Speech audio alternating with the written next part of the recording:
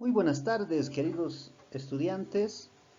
Eh, Hoy avanzamos un tema de ciencias naturales, pero como siempre vamos a repetir un pequeño versículo que dice, cree en el Señor Jesucristo y serás salvo.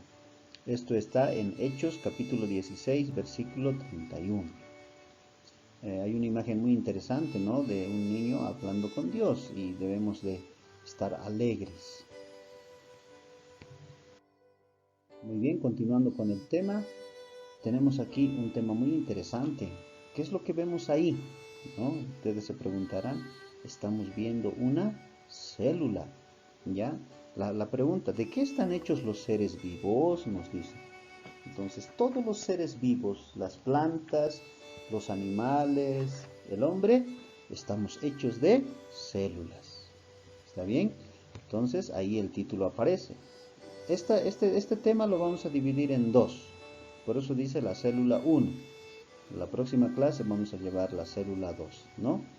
¿Qué nos dice? Es la unidad morfológica y funcional de todo ser vivo. Todos estamos formados por células. Es el elemento de menor tamaño que puede considerarse vivo. El ser humano tiene de 30 a 100 billones de células. Aquí tenemos algo de la historia de la célula.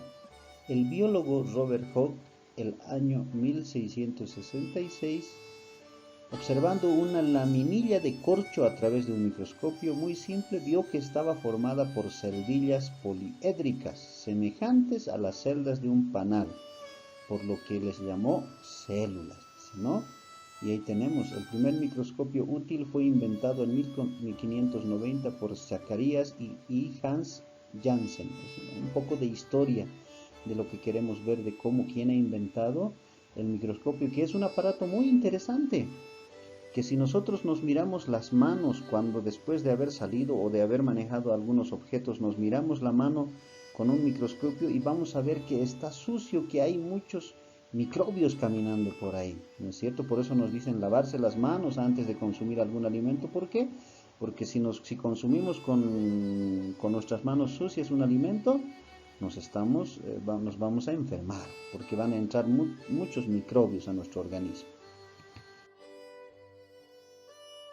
Aquí nos habla de la teoría celular. ¿Qué es la teoría celular? Ahí vemos dos células, la estructura de una célula vegetal y la estructura de una célula animal. Pero esto lo vamos a dejar para más adelante, ¿no?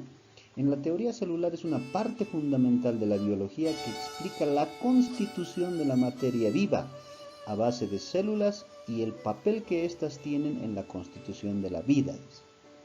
Los conceptos de materia viva y célula están estrechamente ligados. Muy interesante. La célula es el nivel de organización de la materia más pequeño que tiene la capacidad para reproducirse, podría decirse, ¿no? Nosotros es como una casa, ¿no? La casa tiene que tener sus machones, después vienen los ladrillos, el estuco, ¿no es cierto? Entonces nosotros también de esa misma manera, nosotros estamos formados por una pequeña célula. Aquí vemos las diferentes formas y tamaños de las células. Tenemos al espermatozoide, el glóbulo blanco, el hepatocito, la neurona, el glóbulo rojo, la célula muscular, célula que forma parte de los capilares sanguíneos, el enterocito. Son diferentes tipos de células y estas células cumplen una determinada función en nuestro cuerpo. ¿Cuáles son estas funciones? Son tres: función de nutrición, función de relación y función de reproducción. ¿Ya?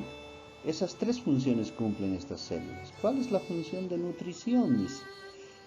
Comprende los procesos que la célula realiza para vivir, crecer, reponer sus estructuras dañadas, dividirse y expulsar al medio externo las sustancias tóxicas, dice, ¿no? Ingestión, digestión, metabolismo y excreción. Eso es la función de nutrición. ¿Cuál es la función de relación?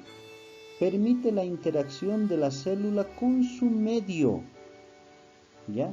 con el medio que les rodea. Son dos movimientos que aquí vemos, el movimiento ameboide y el movimiento vibrátil. ¿Cuál es el ameboide? Se produce por formación de ceópodos, que son expansiones de la membrana plasmática, y el vibrátil se produce por el movimiento de cilios o flagelos de la célula. Son dos funciones que hemos visto en este momento. La otra función es la reproducción celular. Permite a la célula originar dos o más células similares a ella. De esta manera, las células hijas tienen el mismo material genético que la célula madre, ¿no? Ahí en un dibujito tenemos la nutrición, ¿ya? La relación y la reproducción. Y en la reproducción estamos viendo que de una sola célula ya se está formando dos células. Y en estas células entra lo que es el ADN.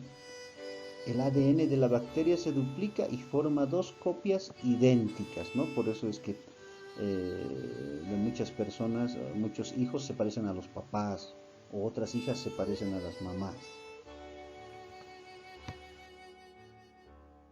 Aquí vamos a entrar a lo que se llama actividades, ¿ya?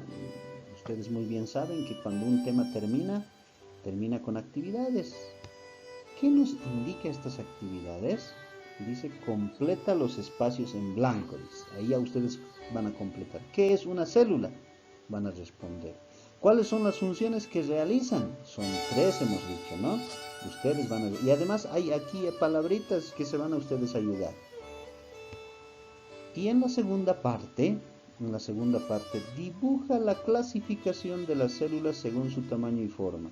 Y ahí les estoy mostrando